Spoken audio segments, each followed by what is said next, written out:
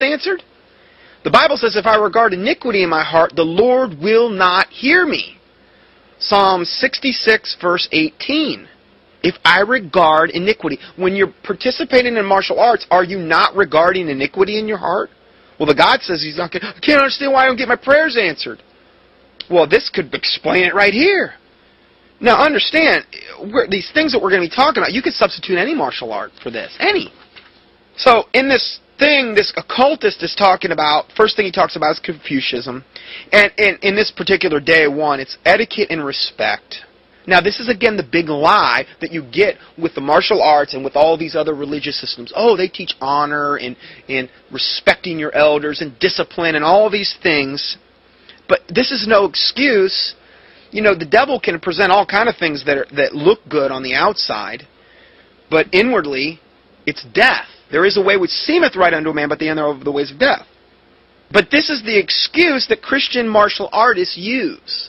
The respect. That's about the only thing that guy could tell me when he got into that argument with me on the phone, the guy that I told you about, this 7th or 8th degree Kuk Sowan black belt guy, that was, a church member for all these years, and evidently had no conviction that it was wrong all these years. Why? Because God's hardened, His heart's been hardened.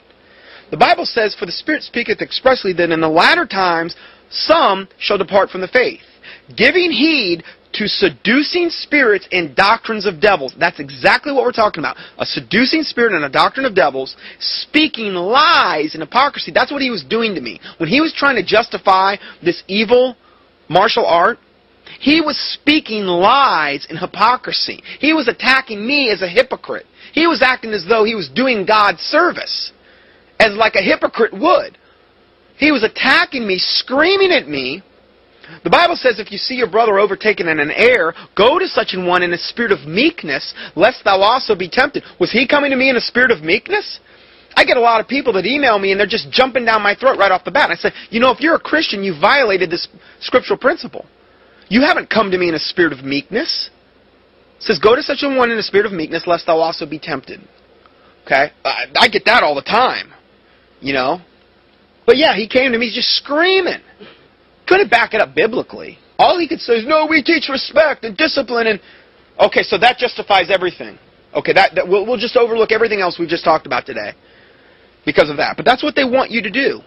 And because I had exposed this for what it was, he was violent. The spirits that were guiding him, the seducing spirits and doctrines of devils that were inside him and controlling him, came out to the surface. And now all of a sudden it became, well, I can't convince this guy. I'll try to intimidate him. A lot of people use this tactic. So the Spirit speaketh expressly, that in the latter times some shall depart from the faith, giving heed to seducing spirits and doctrines of devils, speaking lies and hypocrisy, and having, what's the ultimate end? Having their conscience seared with a hot iron. That man's conscience was seared with a hot iron because you couldn't tell him anything. His mind was made up. Don't confuse him with the facts. Well, he has his whole life invested in that dojo. You're right. And a lot of Christians are in the same boat. Well, I've got my life invested in this denomination.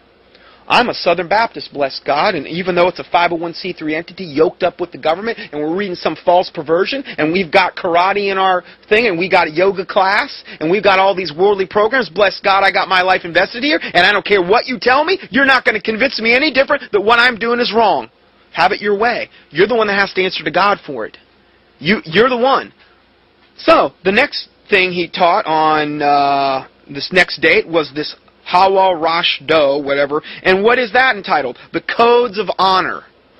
And again, you see the nice, wonderful little veneer. This is how they start out. Confucianism, etiquette, and respect. This other thing, Codes of Honor. And it says, we shall look briefly at the history of Hawa Rosh Do, the way of the flowering youth. Again, I may wax poetic. The elite fighting force of early Korea, who can be compared with the samurai warriors of Japan. See, they all had their different flavors of this. We will, however, focus on the codes of honor they lived by, the 5 commandments and the 9 virtues. And again, this is the justification that you're typically going to get when you try to present this truth to somebody. It doesn't undo everything we just talked about. The obvious scriptural warnings. Then we have, the next thing he's talking about is Taoism, the Oriental philosophical theories. On a practical level, we will learn the martial art way of speaking without talking. Whatever that means. But you see how this is all tied together? It's all inextricably tied together. And they admitted it. Then the next time, we're going to talk about shamanism. That's something a little more evil. We softened them up with the etiquettes and the codes of virtue and the codes of honor. Now we're going to get a little more occultic. We're going to kind of let our true colors show a few days later when we talk about shamanism. Now, when I think of a shaman, I think of a witch doctor. But it's okay, evidently. Shamanism, or tribal religion of the ancient Korea. Shamanism is the oldest form of religion known to Korea. They're admitting it. And it's inextricably tied to all the martial arts? Sure. China, Japan, don't matter. Flavor of the week. And shamanism dates way back to antiquity. It almost certainly has influenced the psyche of the Korean people. And not least the martial art warriors who inhabited those times. It is based on the belief that spirits dwell within the forces of nature as well as in inanimate objects. Well, they also these evil spirits dwell within people primarily. In this talk, we shall explore the legend of the mountain god and discuss the martial aspects of the shaman adepts walking and dancing on knives and swords. Hey, that sounds pretty Christian to me. I mean, I'm sure Paul had a very similar thing, when he was preaching and, I mean, just try to extrapolate this into true Bible-believing Christianity. But hey, this is what you're yoked up with. If you're into the martial arts stuff. No, brother, we've taken it back for Christ. It was never ours to begin with. Buddhism is the next thing he talked about. The philosophy of meditation. He says the sheer depth, richness, and influence of the Buddhist teaching is not to be underestimated in relation to the traditional Korean martial arts. From the very first day a student walks into the dojang, the Buddhist philosophy and teaching permeate many different areas of kuksul won training. They're absolutely, totally admitting it. Now, if this is your foundation, you can come out from that and say, well, I'm going to do it a Christian way. What was the foundation? It says Buddhist philosophy and teaching permeate many different areas of the kuksul won training from the very first day the student walks into the dojo. How can you get around this? And then it says, we shall discuss briefly the life of Buddha and his philosophies, focusing on the 108 ways to enlightenment. Evidently, one of those ways was being a really big glutton, because you always see those Buddha statues, he's always like way overweight. You might need to go to like Curves or one of those, I don't know, fitness places, I guess. But he has 108 ways to enlightenment. Oh yes, yes. On a practical level, we will practice the metta bhavana, or the meditation of the universal loving kindness with 10,000 candles. Oh no, this doesn't sound too New Age. I'm not making this up. I'm reading this straight from the itinerary of this particular, or schedule of this particular guy that's going to be speaking about these things. So, after I heard about the meditation of the universal loving kindness with 10,000 candles, I broke down. I signed up. I couldn't help myself. I was convinced.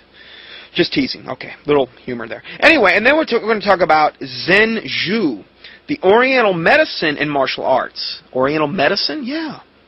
Oriental medicine is one of the oldest and most effective forms of medicine known to humanity and has been used for over 2,500 years by the Oriental people. This is why I caution people about acupuncture and the Oriental stuff, because so much of it is inextricably tied in with their religion. Just like the modern-day pharmaceutical companies, when you look up the word pharmaceutical, it's the root, pharmacia is the root word for sorcery in the Bible. You got to be careful of this stuff. It's mind-altering substances most of the time. So, throughout the ages, martial art warriors have learnt and used this form of healing to assist their survival in an inhospitable world. In this talk, we shall discuss the history of this time-honored therapy and its relationship with the martial arts. So now they're even tying the Oriental medicine together with the martial arts. And we know it's tied in with the religious system. Little leaven, leaven at the whole lump. This is not something you want to mess with. You don't know what you're possibly opening yourself up to. When I did all these techniques as a chiropractor, and I was into kinesiology and acupuncture, I mean, pride was another thing. I'm thinking, man, I'm going to have so many degrees. I'm going to have more degrees than a thermometer when I'm done. I got this and I got that, and I had these certifications. I was actually being groomed to teach this one particular kinesiology technique called contact reflex analysis. We were in the #1 clinic in the state of Florida that promoted this one particular product line, me and this other chiropractor. And we were, I mean,